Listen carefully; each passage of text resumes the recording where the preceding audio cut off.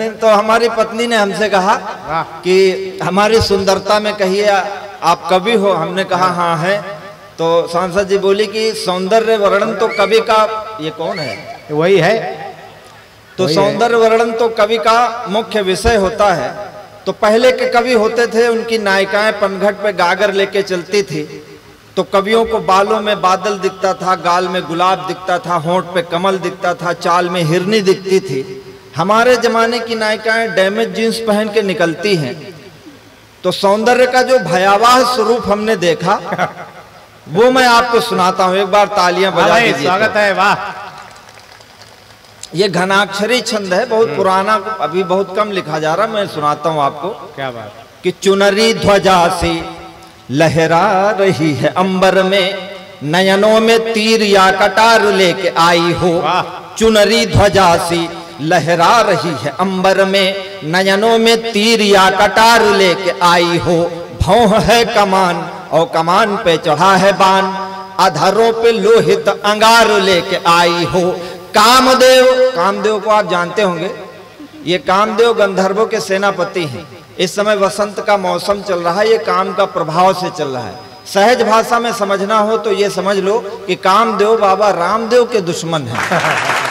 नहीं, रामदेव जी कहते हैं योग करो, कामदेव कहते हैं भोग करो, क्योंकि भोग खुद वो करेंगे रामदेव जी। चुनरी ध्वजा सी लहरा रही है अंबर में, नयनों में तीर या कटार लेके आई हो। भौं है कमान और कमान पे चढ़ा है बाण, अधरों पे लोहित अंगार लेके आई हो। कामदेव की उपासना का परिणाम होगी, रति हो कि कोई अवतार लेके आई हो। आपको अंतिम शब्द पकड़ में आ जाए तो मैं एक छंद और सुनाऊंगा विकास। स्वागत है। कि कामदेव की उपासना का परिणाम होगी, रति हो कि कोई अवतार लेके आई हो। और मेरे दिल का अभेद्य दुर्ग जीतने का कोई शस्त्र हो कि पूरा शस्त्रागार लेके आई हो। मेरे, अब आप छंद सुनना और केवल शब्दों की कला पर मुझे आशीर्वाद देना। कि चंचलु नयन से अचंचल हुआ है मन, चंचला नयन से नयन भरमावो ना। मन है अधीर हुआ घायल शरीर, मार नयनों के तीर इसे और तरसावो ना। आओ तो चली ही आओ, जाओ तो चली ही जाओ, जाकर न आओ या तो आकर के जाओ ना।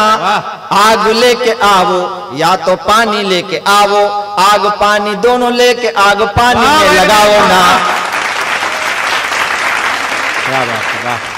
सर दिनकर जी की एक कविता है, उनकी नायिका उर्वशी कहती है कि मेरे समक्ष न तो हो रहते गजराज, केसरी सरब शार्दूल भूल निज हिंस्र भाव, ग्रहमृग बनकर अहिंस्र जीते। वो कहती है कि हमारे सामने बड़े बड़े शेर, चीते, गैंडे, खूंखार पशु ग्रहमृग हो जाते। ग्रहमृग का मतलब घरेलू पशु। हम नहीं कह रहे हैं, उर्वशी कहती। हमने कहा ऐसा नहीं, तमाम लोगों ने सौंदर्य का त्याग किया है। हम लोग थोड़ा विनम्र हैं, किसी स्त्री को सम्मान देते हैं। जैसे हमारी पत्नी है, हमारी बहनों को फूटी आंख नहीं देखना चाहती, हम उसकी सारी बहनों को प्रेम करते हैं। हम क्या, आप सब करते हो, लेकिन आप कह नहीं रहे हो, हम कह रहे हैं। ये हमारी विनम्रता है। अब उस विनम्रता का कोई नाजायज फायदा उठाता है। किसी महिला, सांसद जी पिछले दिनों एयरपोर्ट पर एक सिपाही ने, एक अभिनेत्री थी, तो उसको देख लिया, अभिनेत्री थी, घूर लिया। उसने अखबार में स्टेटमेंट दिया कि इसने हमको घूरा, हमको घूरा, हमको घूरा। तो हमने कहा उसने तुमको घूरा तो तुमने भी तो उसको घूरा नहीं, तुमको कैसे पता चला कि उसने तुमको घूरा जब दोनों ने घूरा? तो हम कहे कि अपराधी, लेकिन हम अपराधी इसलिए हैं कि हम पुरुष हैं। आपकी तालियां इसलिए भी मांगता हूं कि मैं पुरुषों का भीमराव अंबेडकर हूं। हम कहते, अच्छा सोचो, एक मिनट के लिए सोचो कि कोई चीज बहुत सुंदर हो, बहुत सुंदर हो, 1 लाख, 10 लाख, 20 लाख, करोड़ रुपए की खरीद के लाओ। हम बहुत छोटे आदमी हैं, हम आंख बंद कर लेंगे तो तुम्हारे करोड़ रुपए मिट्टी में मिले कि नहीं मिले? जो हम कह रहे हैं वो समझ रहे हो ना? डगर डगर कदम कदम पर रूप ने छला मुझे, मैं आदमी भला था, तुमने समझा मन चला मुझे। और ये माना रूप तेरा सारे मुल्क का शबाब है, तो दिल मेरा भी कम नहीं है, लखनवी नवाब है। वाह। ये जो सीटी बजा रहा है उसे नवाब का मुंशी है। तुम्हारे पास रूप है तो दृष्टि मेरे पास है। भाई सौंदर्य बहुत प्रभावी है, तो हमारे पास भी हमारी निगाहें हैं, हमारी निगाहों की इज्जत होनी चाहिए। तुम्हारे पास रूप है तो दृष्टि मेरे पास है। नदी तुम्हारा मोल बस, मेरे अधर की प्यास है। नहीं समझे ये बात? भाई हमारी प्यास बुझ जाए तो सरयू में चाहे किनले बहाए, चाहे बिस्लेरी बहाए, चाहे पूरा प्यूरिफायर लगवा दो। तुम्हारे पास रूप है तो दृष्टि मेरे पास है। नदी तुम्हारा मोल बस, मेरे अधर की प्यास है। बस एक इतना भेद है, युगों युगों से खेद है, इधर कटीली देह है, उधर बदन गुलाब है। क्या बात है, वाह वाह वाह वाह। मोदी जी आए, मोदी जी ने पहला उद्बोधन दिया। पहला उद्बोधन मोदी जी का था कि आत्मनिर्भर बनो। 20 साल हुए हमको हिंदी साहित्य पढ़ाते हुए, और मैंने 20 साल कम से कम पढ़ा है। आज तक एक कवयित्री नहीं मिली जिसने पुरुष की सुंदरता में एक पंक्ति लिख दी हो कि हमारे पति की या प्रेमी की मूछें झाड़ू जैसी, टांगे बगुले जैसी। और कहीं लिखी हो तो मुझे बताना, आप भी सब पढ़े लिखे लोग बैठे हैं। जब किसी और हम कवियों ने सांसद जी थोबड़ों तक को चंद्रमा लिखा, और ऐसे ऐसे थोबड़ों को लिखा कि चंद्रमा खुद शर्मा जाए कि किसने लिखा। क्या बात है, वाह। मोदी जी आए, उनका पहला नारा था आत्मनिर्भर बनो। हमको समझ में आ गया कि हमको क्या करना है। भाई आदमी कहीं से भी सीख सकता है, कहीं से। हमारे गांव में एक रामलाल है, उनके घर में डाकू घुस गए, पत्नी को पकड़ लिया, कहा तेरे प्राण ले लेंगे, सोना कहाँ है, क्या नाम है बुढ़िया तेरा? तो बुढ़िया ने कहा कि हमारा नाम शकुंतला देवी है। तो डाकू ने कहा अरे ये तो मेरी माँ का नाम है, तुझे नहीं मारूंगा पर इस बूढ़े को नहीं छोड़ूंगा। बूढ़े क्या नाम है तेरा? बूढ़े ने कहा नाम तो हमारा रामलाल है, पर गांव वाले प्यार से हमको शकुंतला देवी कहते हैं। आदमी कहीं से भी सीख सकता है। मोदी जी आए, उन्होंने कहा आत्मनिर्भर बनो, तो मैंने अपनी सुंदरता में खुद 4 पंक्तियां लिखी। आप तालियां बजा दो तो मैं सुनाता हूं कि अपनी पे आ गए तो आंख ना मिला सकोगी, आंख जो मिलेगी तो मिलाई नहीं जाएगी। पुतरी फिरेगी नहीं, पलक गिरेगी नहीं, गिर जो गई कहीं उठाई नहीं जाएगी। आंख से मिली जो आंख आंख ना रहेगी, आंख फिर आंख से हटाई नहीं जाएगी। और एक पंक्ति आपके स्वाभिमान की मुझे बताना, आंख से मिली जो आंख आंख ना रहेगी, आंख फिर आंख से हटाई नहीं जाएगी। आंखों आंखों होगी बात, बात ना रहेगी बात, बात ऐसी होगी कि बताई नहीं जाएगी। हमसे विकास बोले कोई आध्यात्मिक बात कहो जिससे समझ में आए। हमने कहा, बोले नारियों का सम्मान करो। हमने कहा करते हैं, नवरात्रि भर देवी का सम्मान करते हैं। हम पुरुषों को एक रात्रि मिली है शिवरात्रि, उसमें भी धतूरा चढ़ा दो, भांग चढ़ा दो। हम ये नहीं कह रहे हम आपका 9 दिन सम्मान करें, आप हमारा 1 दिन भी सम्मान नहीं कर सकते हो।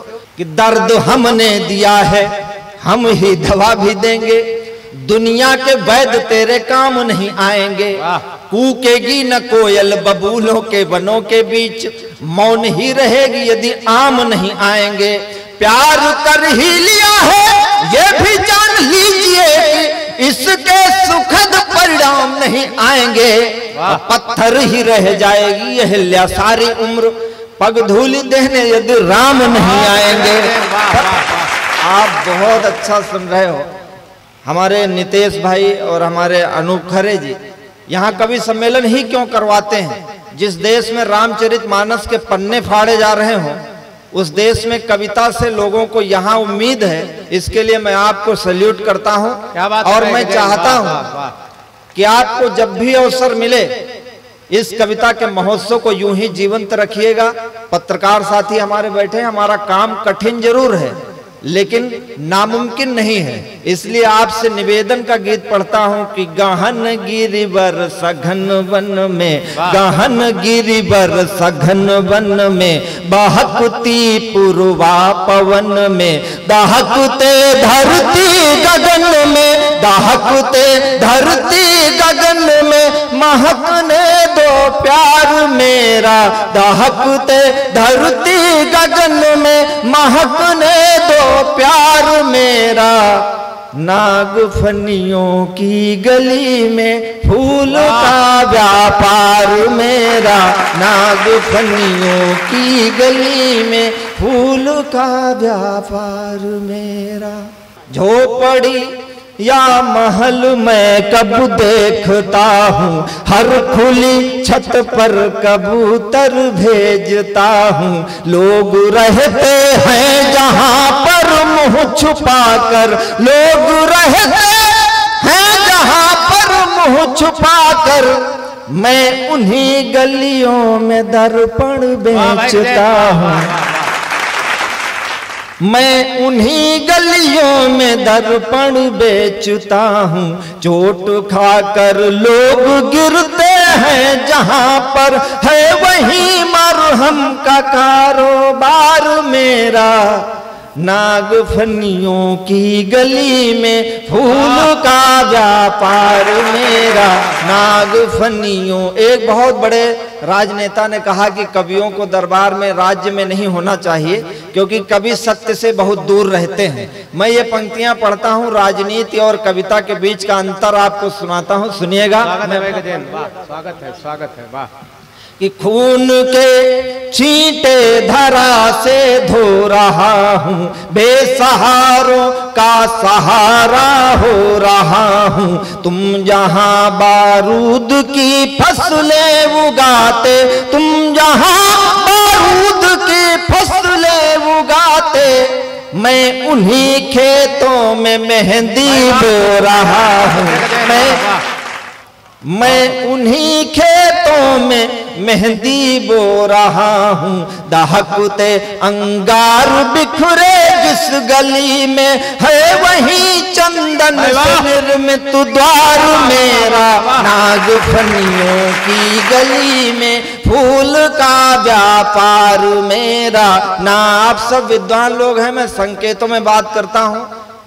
पाकिस्तान हमारा पड़ोसी देश है, विकास जी ने जिक्र किया। हम एक साथ आजाद हुए, एक जैसी हवा, एक जैसा जल, एक जैसा वातावरण, लेकिन हम चंद्रमा पर हुआ है और वह भी कश्मीर में घुसने की सोच रहा है। जिंदगी में अच्छाई बुराई सब है, इसको कहीं भी लागू कर सकते हो।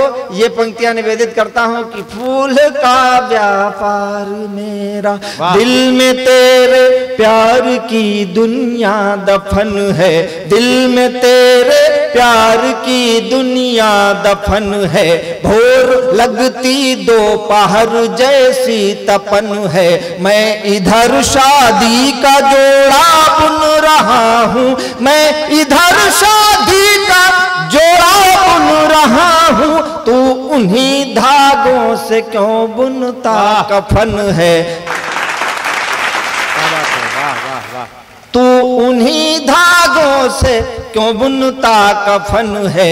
अर्थियों पर सज रही है देह तेरी, अर्थियों पर सज रही है देह तेरी, डोलियों में हो रहा सिंगार मेरा। नागफनियों की गली में फूल का व्यापार।